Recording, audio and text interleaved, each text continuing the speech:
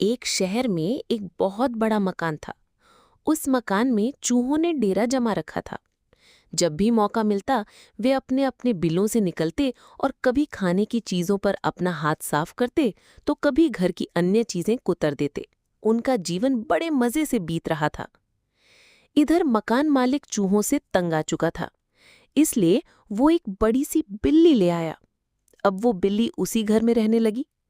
बिल्ली के आने से चूहों का जीना हराम हो गया। जो भी चूहा बिल से निकलता वो उसे चट कर जाती। चूहों का बिलों से निकलना मुहाल हो गया। वे दहशत के माहौल में जीने लगे। बिल्ली उनके लिए एक बहुत बड़ी समस्या बन गई थी। समस्या से निजात पाने का उपाय निकालने के लिए एक दिन चूहों की सभा बुलाई गई। सभा में सभी चूहे उपस्थित हुए। सभा की अध्यक्षता कर रहे चूहे ने सबको संबोधित करते हुए कहा, साथियों, आप सब जानते ही हैं कि हम लोग बिल्ली रूपी बहुत बड़ी समस्या से जूझ रहे हैं।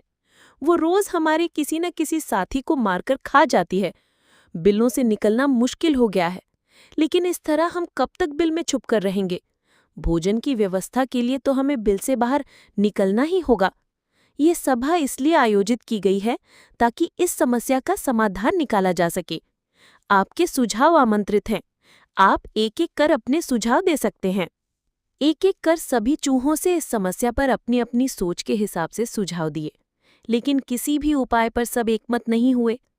तब अंत में एक चूहा उठा और चहकते हुए बोला, मेरे दिमाग में अभी अभी एक बहुत ही बढ़िया उपाय आया है। क्यों ना हम बिल्ली के गले में एक घंटी बांध दें? इस तरह बिल्ली जब भी आसपास होगी उस घंटी की आवाज से हमें पता चल जाएगा और हम वहां से भाग जाएंगे। कहो, कैसा लगा उपाय? सारे चूहों को ये उपाय बहुत पसंद आया। वे खुशी में नाचने और झूमने लगे, मानो उनकी समस्या का अंत हो गया हो।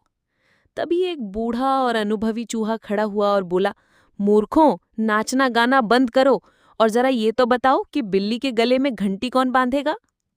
ये सुनना था कि चूहों का नाचना गाना बंद हो गया। बिल्ली के गले में घंटी बांधना अपनी जान से हाथ धोना था। कोई इसके लिए तैयार नहीं हुआ। सभा में शांति छा गई थी। तो भी इस शांति को चीरते हुए बिल्ली के कदमों की आहट सबके कानों में पड़ी। और फिर क्या था? सब सिर पर पैर रखकर अपने अपने बिलों की ओर भाग खड़े हुए। सीख, योजना बनाने का कोई औचित्य नहीं यदि उसे लागू ना किया जा सके।